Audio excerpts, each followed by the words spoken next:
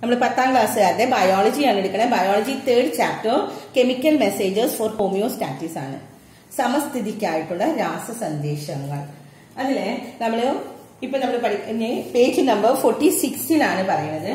Page number 46 the glands only up to youth, ഇവിടെയാണ് നമ്മൾ തുടങ്ങുന്നത് കേട്ടോ.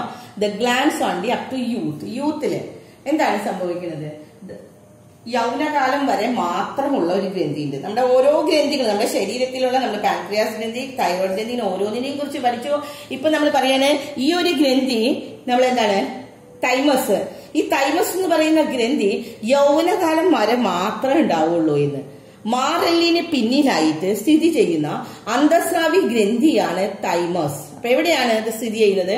മാറല്ലിന് പിന്നിലായിട്ട് സ്ഥിതി ചെയ്യുന്ന അന്തസ്രാവി ഗ്രന്ഥി. Thymus is an endocrine gland. നമ്മളെല്ലാം ഫസ്റ്റ് നമ്മൾ പറഞ്ഞല്ലോ എന്താണ് എൻഡോക്രൈൻ ഗ്ലാൻഡ് എന്ന്. ഈ എൻഡോക്രൈൻ ഗ്ലാൻഡ്സ് ആണ് ഇതൊക്കെ. അതൊക്കെ ഒരു നമ്പർ ഇട്ട് പഠിക്കാട്ടോ. തൈമസ് എന്ന് പറഞ്ഞാൽ is an endocrine gland situated behind the sternum. Sternum എന്ന് വെച്ചാൽ മാറല്ല്. മാറല്ലിന്റെ പിന്നിലായിട്ടാണ് തൈമസ്. തൈമസ് എന്ന് പറയുന്ന ഈ endocrine gland. And this is A gland. ഈ ഗ്ലാൻഡ് എങ്ങനെയാണ്? This gland is very active during the infancy. നമ്മൾ പേരിൽ തന്നെ പറഞ്ഞിട്ടുണ്ട് ഈ തൈമസ് ഗ്ലാൻഡ് എന്ന് പറഞ്ഞാൽ നമ്മൾ glands only up to youth വരെ ഉള്ളൂ എന്ന് പറഞ്ഞത്. അപ്പൊ അത് ഏറ്റവും കൂടുതലുള്ളത് എപ്പോഴാണ്? യൂത്ത് വരെ ഉള്ളൂ. അപ്പൊ ഏറ്റവും കൂടുതൽ ഈ ഗ്ലാൻഡ് ഉള്ളത് ഇൻഫൻസിയിലാണെന്ന്. ശൈശവ ഘട്ടത്തിൽ വളരെ സജീവമായി പ്രവർത്തിക്കുന്ന ഈ ഗ്രന്ഥി പ്രായപൂർത്തിയാവുമ്പോൾ ചുരുങ്ങി അങ്ങോട്ട് ചെറുതാവും. പ്രായപൂർത്തിയാവുമ്പോഴേക്കും ശൈശവത്തിൽ ചെറിയ കുട്ടികളാക്കി ഇൻഫൻസിയിലാണ് ഇത് ഏറ്റവും കൂടുതൽ ഉണ്ടാവുന്നത്. അത് പ്രായപൂർത്തിയാവുന്ന സമയത്ത് during the infancy but constrict ചെയ്യാൻ ചുരുങ്ങും അങ്ങോട്ട് ആസ് വി റീച്ച് ദ പുബർട്ടി. പുബർട്ടി ആവാന്ന് വെച്ചാൽ പ്രായപൂർത്തിയാവുമ്പോൾ യൂത്ത് ആവുന്ന സമയത്ത്. And this gland produce A hormone. ഈ തൈമസ് എന്ന് പറയുന്ന ഗ്ലാൻഡ് ഒരു ഹോർമോൺ പ്രൊഡ്യൂസ് ചെയ്യുന്നുണ്ട്. ആ ഹോർമോൺ ആണ് തൈമോസിൻ. ഉണ്ടല്ലേ? അത് പുറപ്പെടുവിക്കുന്ന ഗ്രന്ഥിനെയാണ് എന്തെന്ന് പറയുന്നത്? തൈമോസിൻ എന്ന് പറയുന്നത്. ഈ തൈമോസിൻ എന്ന് പറയുന്ന ഗ്രന്ഥി ആരാണ്? തൈമസ് ആണ് ചെയ്യുന്നത്. ഇനി this gland produce the hormone called thymosin. It is also known, അതിന് വേറൊരു പേരും കൂടി ഉണ്ട്, യൂത്ത് ഹോർമോൺ. അപ്പൊ എന്താണ് യൂത്ത് ഹോർമോൺ എന്ന് പറയുന്നത്? ഏത് ഹോർമോണിനെയാണ്? തൈമോസിൻ എന്ന് പറയുന്ന ഹോർമോണിനെ കുറിച്ചാണ് കേട്ടോ. തൈമസ് എന്ന് പറയുന്ന ഗ്ലാൻഡ് ഉൽപ്പാദിപ്പിക്കുന്ന തൈമോസിൻ എന്ന ഹോർമോണിനെയാണ് നമ്മൾ യൂത്ത് ഹോർമോൺ എന്ന് പറയുന്നത്. കിട്ടിയില്ലേ? The gland which is produced by the hormone. ഏത് ഹോർമോണാണ്? തൈമോസിൻ. തൈമോസ് ഗ്ലാൻഡ് പ്രൊഡ്യൂസ് ചെയ്യുന്ന hormone thymosin. And this thymosin is known as, അല്ലെങ്കിൽ it's another name for the thymosin ആണ് യൂത്ത് ഹോർമോൺ. ഇനി അതിന്റെ മേജർ ഫങ്ഷൻസ് എന്താണെന്ന്.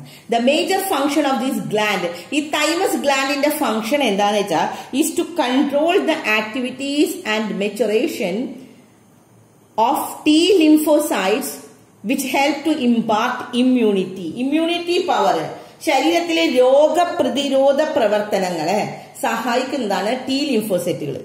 T ലിംഫോസൈറ്റുകൾ നമ്മുടെ ശരീരത്തിൽ നിന്ന് ഇമ്മ്യൂണിറ്റി പവർ വർദ്ധിപ്പിക്കാനുള്ളതാണ്. അതുപോലെ തന്നെ അതിന്റെ പാകപ്പെടലിനെയും പ്രവർത്തനത്തെയും നിയന്ത്രിക്കുക എന്നതാണ് ഈ ഹോർമോണിന്റെ പ്രധാന ധർമ്മം. അപ്പൊ എന്താണ് ഇതിന്റെ പ്രധാന ധർമ്മം? അപ്പൊ ഇതിലെ എല്ലാ സെന്റൻസുകളും ഓരോ ക്വസ്റ്റ്യൻസ് ആണ് കേട്ടോ. അപ്പൊ ഫസ്റ്റ് നമ്മൾ പറഞ്ഞു വാട്ട് ഈസ് തൈമസ് അല്ലെ? തൈമസ് എന്ന് പറഞ്ഞാൽ എന്താണ്? മാറല്ലിന്.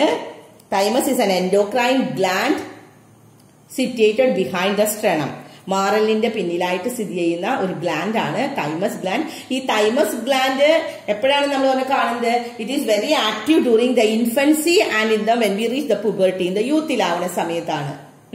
അതുകൊണ്ട് ഇത് പ്രൊഡ്യൂസ് ചെയ്യുന്ന ഒരു ഗ്ലാൻഡ്, ഈ തൈമസ് ഗ്ലാൻഡ്, തൈമസ് ഗ്രന്ഥി പുറപ്പെടുവിക്കുന്ന, അത് ഉൽപ്പാദിപ്പിക്കുന്ന ഒരു ഹോർമോൺ ആണ് തൈമോസിൻ. ഈ തൈമോസിന് നമ്മൾ എന്തെന്ന് പേര് കൊടുക്കുന്നത്? യൂത്ത് ഹോർമോൺ എന്ന് പേര് കൊടുക്കുന്നത്. ഇനി ഈ തൈമോസിന്റെ ഫംഗ്ഷൻ എന്താണ്? The major function of this gland. ഈ തൈമസ് എന്ന് പറയുന്ന ഗ്ലാൻഡ് എന്താ ചെയ്യുന്നത്? തൈമോസിൻ ഉൽപ്പാദിപ്പിക്കുന്നത് അല്ലെ? ഈ തൈമോസിൻ ഉൽപ്പാദിപ്പിക്കുന്ന എന്തിനു വേണ്ടിയിട്ടാണ്? ഈ തൈമസ് എന്ന് പറയുന്നതിന്റെ ഗ്ലാൻഡിന്റെ ഫംഗ്ഷൻ എന്താണ്? അടുത്ത ക്വസ്റ്റ്യൻ കേട്ടോ. അതിന്റെ ഫംഗ്ഷൻ എന്താണ്? To control the activities and maturation of T limbs which help to impart immunity. Immunity വർദ്ധിപ്പിക്കാനായിട്ട്, പ്രതിരോധ പ്രവർത്തനങ്ങളെ സഹായിക്കുന്നതാണ് T ലിംഫോസൈറ്റ്. ടി ലിംഫോസൈറ്റ് എന്തിനാ നമ്മൾ ഇത് ചെയ്യുന്നത്? നമ്മുടെ ശരീരത്തിലുള്ള രോഗപ്രതിരോധ പ്രവർത്തനങ്ങളെ നിയന്ത്രിക്കുകയാണ് ചെയ്യുന്നത് ടി ലിംഫോസൈറ്റുകൾ. ഈ ടി ലിംഫോസൈറ്റുകളെ പാകപ്പെടുത്തലാണ് അതിന്റെ മെച്യൂരിറ്റിക്ക് വേണ്ടിയിട്ട്, പ്രവർത്തനത്തിനെയും പിന്നെ അതിന്റെ ആക്ടിവിറ്റീസിനെയും നിയന്ത്രിക്കലാണ് ആര് ചെയ്യുന്നത്? ഈ ഗ്ലാൻഡ്, ഈ തൈമസ് ഗ്ലാൻഡ് ചെയ്യുന്നത്. മനസ്സിലായില്ലേ എല്ലാവർക്കും? ഇനി അടുത്തത് അടിയന്തര ഘട്ടങ്ങളിൽ ഡ്യൂറിംഗ് ദ എമർജൻസി വന്ന സമയത്ത് ഇനി കുറച്ച് ഗ്ലാൻഡ്സ് ഉണ്ട്. ഏതൊക്കെയാ നോക്കാം. അടിയന്തര ഘട്ടങ്ങളിൽ ശരീരത്തെ പ്രവർത്തന സജ്ജമാക്കുന്ന ഹോർമോണുകൾ ഉൽപ്പാദിപ്പിക്കുന്നതാണ് അഡ്രിനൽ ഗ്രന്ഥികൾ. അടുത്ത ഗ്രന്ഥി കിട്ടിയില്ലേ? എല്ലാവരും എഴുതി വെക്കുന്നില്ലേ ഓരോ ഗ്രന്ഥിനെ കുറിച്ചിട്ട്? എന്താണ് അഡ്രിനൽ ഗ്ലാൻഡ്? അടുത്ത ഗ്ലാൻഡ് ആണ് adrenal gland. The hormones secreted by ഏത് ഗ്ലാൻഡ് ആണ്? Adrenal glands. അഡ്രിനൽ ഗ്ലാൻഡ്സ് ഉൽപ്പാദിപ്പിക്കുന്ന hormones equip the body to act during the emergency. Emergency സമയത്ത് ഈ അഡ്രിനൽ ഗ്ലാൻഡ്സ് ആണ് ഹോർമോൺസിനെ ഉൽപ്പാദിപ്പിക്കുന്നത്. അടിയന്തര ഘട്ടങ്ങളിൽ ശരീരത്തിന്റെ പ്രവർത്തനങ്ങളെ സജ്ജമാക്കുന്ന ഹോർമോൺ ഉൽപ്പാദിപ്പിക്കുന്നതാണ് അഡ്രിനൽ ഗ്രന്ഥി. ഈ ഗ്രന്ഥിയുടെ സ്ഥാനം ഈ പടത്തിൽ നോക്കിയാൽ നമുക്ക് കിട്ടും കേട്ടോ. ഈ ഗ്രന്ഥിയുടെ അഡ്രിനൽ ഗ്രന്ഥിയുടെ സ്ഥാനങ്ങൾ എവിടെയാണ്? അതിന്റെ സ്ഥാനവും ഭാഗങ്ങളും നോക്കാം. ഒന്ന് ഇന്നർ മെഡുല, ഉൾഭാഗമായ മെഡുലിയം, പിന്നെ പുറം ഭാഗമായ കോർട്ടെക്സ്, ഔട്ടർ കോർട്ടെക്സും. രണ്ട് ഭാഗങ്ങൾ ഏതൊക്കെയാണ്? ഒന്ന് ഇന്നർ മെഡുല, അടുത്തത് പുറം ഭാഗമായ കോർട്ടെക്സ്, ഔട്ടർ കോർട്ടെക്സ് ആണ്. ഇനി അതിന്റെ ഫങ്ഷൻസ്. അപ്പൊ ആദ്യത്തെ നമുക്ക് കിട്ടിയ എന്തൊക്കെയാണ്? ഇനി ഇന്നർ മെഡുല എന്താ ചെയ്യുന്നത്? ഇന്നർ മെഡുലയുടെ ഫങ്ഷൻസ് എന്തൊക്കെയാണ്? ഇന്നർ മെഡുല രണ്ട് ചെയ്യുന്നത് എന്തൊക്കെയാണ്? ഒന്നാമത്തത് അതിന്റെ എപ്പിനെഫ്രിൻ. എപ്പിനെഫ്രിൻ എന്ന് പറയുന്നത് adrenaline act along with the sympathetic nervous system during the emergency. എമർജൻസിയുടെ സമയത്ത് സിമ്പതറ്റിക് നെർവസ് സിസ്റ്റത്തിലാണ് ഇത് ഉപയോഗിക്കുന്നത്. അടിയന്തര സാഹചര്യങ്ങളിൽ സിമ്പതറ്റിക് നാഡീവ്യവസ്ഥയോട് ചേർന്ന് പ്രവർത്തിക്കുകയാണ് അത് ചെയ്യുന്നത് എപ്പിനെഫ്രിൻ. അഡ്രിനാലിനും വേറെ പേരുണ്ട് കേട്ടോ. അഡ്രിനാലിൻ എന്ന് പറയും, അല്ലെങ്കിൽ എപ്പിനെഫ്രിൻ. എപ്പിനെഫ്രിൻ എന്ന് പറഞ്ഞാൽ അടിയന്തര സാഹചര്യങ്ങളില് സിമ്പത്തറ്റിക് നാഡീവ്യവസ്ഥയോട് ഒത്തുചേർന്ന് പ്രവർത്തിക്കുന്നു. ഇതുവഴി ഇത്തരം സാഹചര്യങ്ങളിൽ പോരാടാനോ പിന്തിരിഞ്ഞോടാനോ നമുക്ക് കഴിയണോ എന്ന്. അതുകൊണ്ടാണ് വി ക്യാൻ റെസിസ്റ്റ് ചെയ്യാൻ പറ്റും, അല്ലെങ്കിൽ വിഡ്രൂ, പിന്തിരിഞ്ഞ് പോരാനായിട്ടും. അപ്പൊ ഇതിൽ ആദ്യത്തെ ലൈനാണ് പഠിക്കാനുള്ളത്. എപ്പിനെഫ്രിൻ അല്ലെങ്കിൽ അഡ്രിനാലിൻ എന്താ ചെയ്യുന്നത്? It acts along with the sympathetic nervous system during the emergency. ഇനി രണ്ടാമത്തതാണ് നോർ എപ്പിനെഫ്രിൻ. എപ്പിനെഫ്രിൻ അല്ലെങ്കിൽ നോർ അഡ്രിനാലിൻ എന്ന് പറഞ്ഞാൽ ആക്ട് അലോങ് വിത്ത് എപ്പിനെഫ്രിൻ. എപ്പിനെഫ്രിനോടൊപ്പം ചേർന്ന് പ്രവർത്തിക്കുകയാണ് ഈ നോർ എപ്പിനെഫ്രിൻ ചെയ്യുന്നത്. അപ്പൊ മെഡുലയുടെ രണ്ട് ഫംഗ്ഷൻസ് കിട്ടിയില്ലേ. അടുത്തത് പുറം ഭാഗമായ കോർട്ടെക്സ്. കോർട്ടെക്സ് എന്തൊക്കെയാണ് ചെയ്യുന്നത്? അതിലെ ഫസ്റ്റ് വൺ ഏതാണ്? കോർട്ടിസോൾ. കോർട്ടിസോൾ എന്ന് പറഞ്ഞാൽ എന്താണ്? Cortisol the synthesis of glucose from protein and the fat slows down the action of defense cell, control the inflammation and allergy.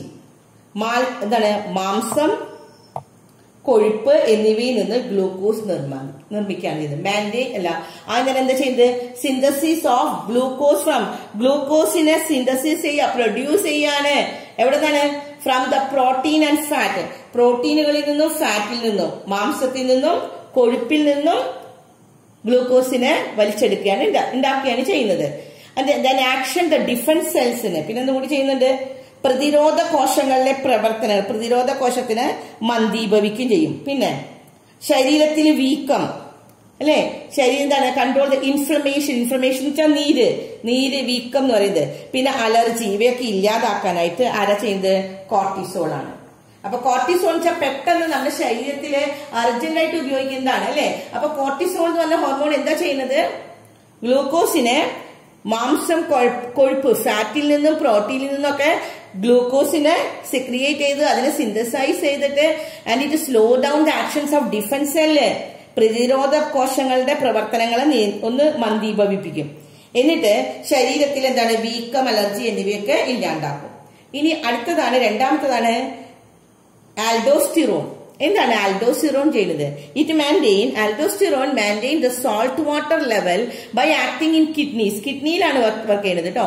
In maintain the blood പ്രഷറിനെ maintain ചെയ്യാനാണ് നമ്മള് aldosterone വൃക്കയിൽ പ്രവർത്തിച്ചിട്ട് ശരീരത്തിലെ ലവണ ജല സന്തുലിതാവസ്ഥ നിലനിർത്തുകയാണ് ചെയ്യുന്നത്. രക്തസമ്മർദ്ദം ക്രമീകരിക്കുകയും ചെയ്യും. ഇനി മൂന്നാമത്തതാണ് ലൈംഗിക ഹോർമോണുകൾ, സെക്സ് ഹോർമോൺസ്. അതെന്താ ചെയ്യുന്നത്? Control the development and functions of the sex organ. Sex ഓർഗൻസിന്റെ ഡെവലപ്മെന്റ് ആൻഡ് ഫംഗ്ഷനെ കൺട്രോൾ ചെയ്യാൻ. ഇതാണ് hormones secreted by the adrenal glands. അപ്പോ ഹോർമോൺസ് ഏതൊക്കെയാണ് ഹോർമോൺസ് സെക്രിയേറ്റ് ചെയ്യുന്നത്? ഏതാണ്? രണ്ടെണ്ണം അല്ലെ. ഇവിടെ ഹോർമോൺസ് അതിന്റെ ഓരോന്നിന്റെയും ഇന്നർ മെഡുലയും ഔട്ടർ കോർട്ടക്സിലുമാണ് അത് സ്ഥിതി ചെയ്യുന്നത്. ഇനി ഓരോ ഹോർമോൺസിനെയും കുറിച്ച് ഇവിടെ പഠിക്കണം. ഇനി അടുത്ത് നമുക്ക് ഇവിടെ ലാസ്റ്റ് ഈ പാരഗ്രാഫിൽ പറഞ്ഞത് the action of epinephrine and the norepinephrine prolongs. അത് രണ്ടിന്റെയും കൂടി പ്രവർത്തനം എന്താ സംഭവിക്കുന്നത്? എപ്പിനെഫ്രിന്റെയും നോർ എപ്പിനെഫ്രിന്റെ പ്രവർത്തനം ബോഡിനെ ഫോർ എ ലോങ്ങർ ടൈമിലേക്ക് when the sympathetic system gets stimulated. Sympathetic വ്യവസ്ഥ ഉത്തേജിക്കപ്പെട്ട് കഴിഞ്ഞാൽ ശരീരപ്രവർത്തനങ്ങൾ കൂടുതൽ സമയം നിലനിർത്തുന്നത് ഈ എപ്പിനെഫ്രിനും നോർ എപ്പിനെഫ്രിന്റെയും പ്രവർത്തനത്താണ്. ഇത് നമുക്ക് ഇനി പഠിക്കാനില്ല. ഇവിടെ നിങ്ങൾക്ക് പഠിക്കാനുള്ളൂ. എമർജൻസി വരുന്ന സമയത്ത് വരുന്നത് ഇന്നർ മെഡുല, ഔട്ടർ കോർട്ടക്സ്, അതിലെ എപ്പിനെഫ്രിൻ, നോർ എപ്പിനെഫ്രിൻ, പിന്നെ കോർട്ടിസോൾ, പിന്നെ ആൽഡോസ്റ്റിറോൺ, പിന്നെ ലൈംഗിക ഹോർമോണുകൾ, സെക്സ് ഹോർമോൺസ്. ഇത്രയുമാണ് നമുക്കതിന് പഠിക്കാനുള്ളത്. അടുത്ത ടോപ്പിക്കാണ് ബയോളജിക്കൽ ക്ലോക്ക്, ജൈവ ഘടികാരം. ജൈവ ഘടികാരത്തിനെ കുറിച്ച് നമുക്ക് പറയുന്നത് അത് പൈനിയൽ ഗ്രന്ഥിയാണ് ഇവിടെ ചെയ്യുന്നത്. ജൈവ ഘടികാരം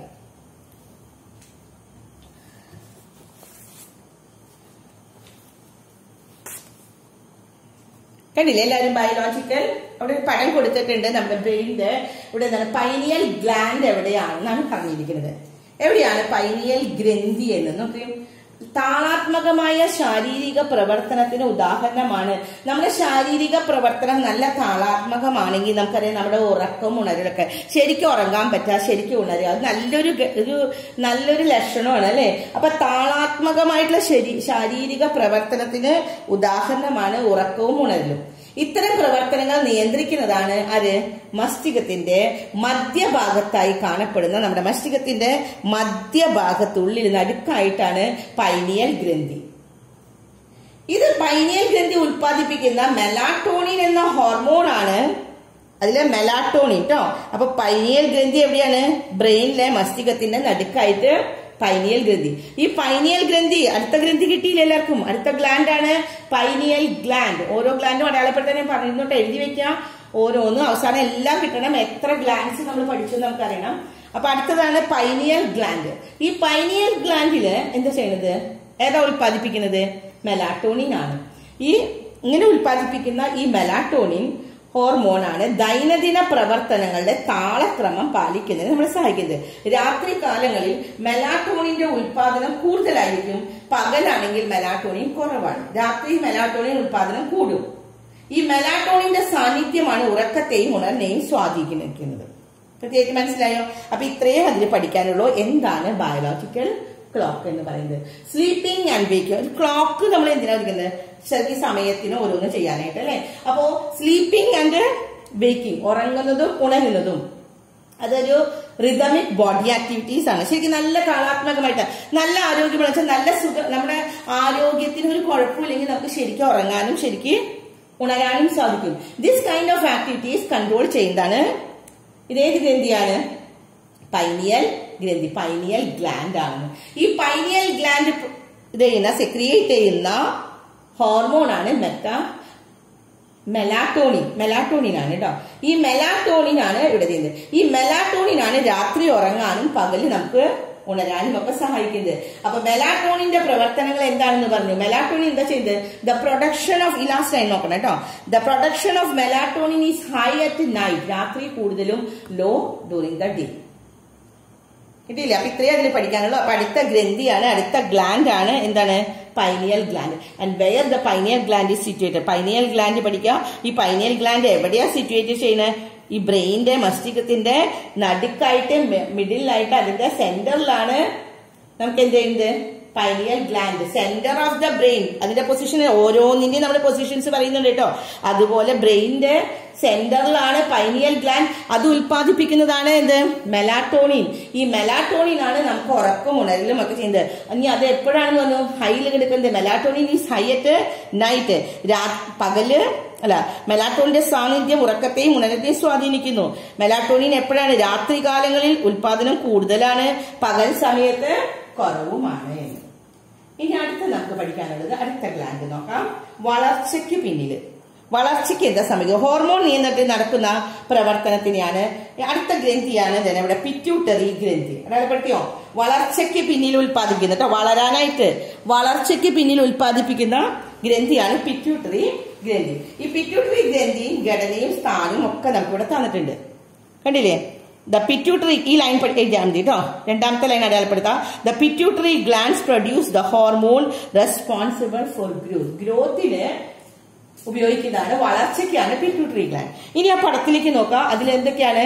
ഹൈപ്പോതലാമസ് അല്ലെ, ഹൈപ്പോതലാമസ്, പിന്നെ പോർട്ടൽ സിറ, pituitary vein, and then anterior pituitary lobe of pituitary ഇവിടെ വരുന്നുണ്ട്. പിന്നെ ഇവിടെ nerve fibre, posterior lobe of പിറ്റ്യൂട്ടറിയും വരുന്നുണ്ട്. അപ്പൊ ഇതാണ് പിറ്റ്യൂട്ടറി ഗ്ലാൻഡ്സ്. അതിന്റെ പടം അടയാളപ്പെടുത്താൻ കിട്ടണം, അതിന്റെ ഭാഗങ്ങൾ നമുക്ക് വരയ്ക്കാനായിട്ട് കിട്ടണം. അടുത്തത് നമുക്ക് അതിൽ പറഞ്ഞിരിക്കുന്നത് hormone, the growth hormone. The hormones that promote the growth of the body during its growth phase is the growth hormone phase. അടുത്ത പേജില് നമുക്ക് അടുത്ത ഭാഗം, നമുക്ക് അടുത്ത പേജിലുള്ളത് നമുക്ക് അടുത്ത ക്ലാസ്സിൽ എടുക്കാം. ഓക്കെ.